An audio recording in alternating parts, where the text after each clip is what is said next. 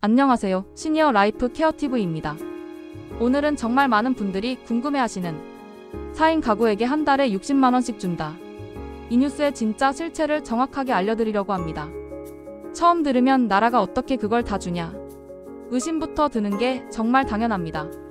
하지만 이 내용은 현재 정부와 지자체에서 공식적으로 추진 중인 실제 제도이고 2026년부터 2년간 큰 규모로 시행될 예정입니다. 그리고 중요한 점은 전 국민이 받는 것이 아니라 특정 지역 주민은 실제로 월 60만원에서 80만원까지 받을 수 있다는 점입니다. 오늘 영상에서는 왜 이런 제도가 생겼는지, 정확히 누가 얼마를 받게 되는지, 2026년에서 2027년 기간 동안 어떤 변화가 생길지, 우리 시니어 분들에게 어떤 도움이 되는지, 이사까지 고려해도 되는지, 어떤 지역이 가장 유리한지 한 번에 아주 쉽게 정리해드리겠습니다. 1. 이돈의 정체 농어촌 기본소득 시범사업이란? 먼저 가장 중요한 내용입니다. 이돈은 근로소득도 아니고 복지수당도 아니고 응모해서 받는 돈도 아닙니다. 바로 농어촌 기본소득 시범사업이라는 제도입니다. 정부는 2026년부터 농어촌 소멸 위험지역을 중심으로 2년간 기본소득 형태로 일정 금액을 지급하는 실험을 하게 됩니다. 핵심 요약.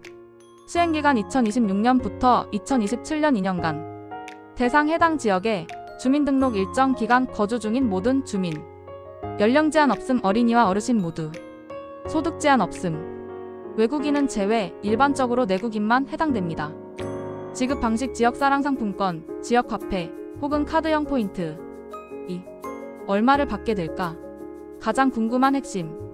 기본 지급액 1인당 월 15만원, 4인 가구라면 월 60만원, 연 720만원, 2년이면 1440만원, 일부 지역은 더 많음. 신안군, 영양군 1인당 월 20만원 지급한 추진.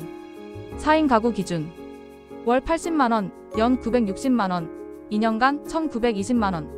즉 해당 구역에 살기만 하면 근로 여부 상관없이 생활비가 매달 들어오는 구조입니다. 3. 왜 이런 돈을 줄까? 정부 의도. 1. 농촌 인구 급감. 젊은 층은 도시로 이동. 남은 주민은 대부분 고령층. 많은 군 지역이 인구 절벽 소멸 위험 지역으로 지정됨. 이 지역 경제 침체. 병원, 약국, 마트, 식당 모두 매출 감소. 지역 상권이 붕괴되는 상황. 3. 기본소득 실험. 정말 기본소득이 주민의 생활에 도움이 되는지, 지역 활성화로 이어지는지 테스트하려는 목적. 4. 지역 내 소비 촉진. 상품권 형태이기 때문에 돈이 지역 안에서만 돌게 되는 구조입니다. 4. 가장 중요한 내용, 그 지역이 어디냐? 현재 정부가 선정한 7개 지역은 다음과 같습니다. 농어촌 기본소득 시범지역 7곳. 경기 연천군, 강원 정선군, 충남 청양군, 전북 순창군, 전남 신안군, 경북 영양군, 경남 남해군. 이 지역들은 소멸 위험 고위험군이며 국가가 인구 유입 효과를 보기 위해 선정한 곳입니다. 그리고 실제로 남해군 전입자 2배 증가, 신안 순창 청양 문해 폭주, 귀촌 전입 신청자 증가 등의 변화가 이미 나타나고 있습니다. 어떻게 신청하나요? 이 제도의 가장 큰 특징은 개인이 신청하는 게 아니다. 정부가 대상 지역을 정하면 그 지역 주민이면 전원 자동 대상입니다. 준비해야 할 것은 단 하나. 주민등록 주소지, 실제 거주기간 충족. 각 군청읍면 사무소에서 거주기간 기준 6개월에서 1년을 최종 발표할 예정입니다. 6. 시니어분들 입장에서 어떤 장점이 있을까? 생활비 부담 감소. 식비, 병원비, 교통비 등 월 15만원에서 80만원은 큰 도움. 지역 병원 약국 식당 매출 증가. 경제가 살아나면 서비스 질도 향상. 고령층에게 특히 유리. 고정소득이 있는 시니어층은 추가 소득이 그대로 여유가 됨. 의료복지 혜택 연계될 가능성. 지역 화폐가 지역 의료 취약지 개선 사업과 연계될 가능성도 있음. 7.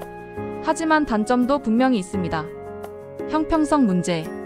왜 저기만 주냐? 도시, 다른 농촌 지역 주민불만 증가. 재정 부담. 예산이 8,900억원 규모.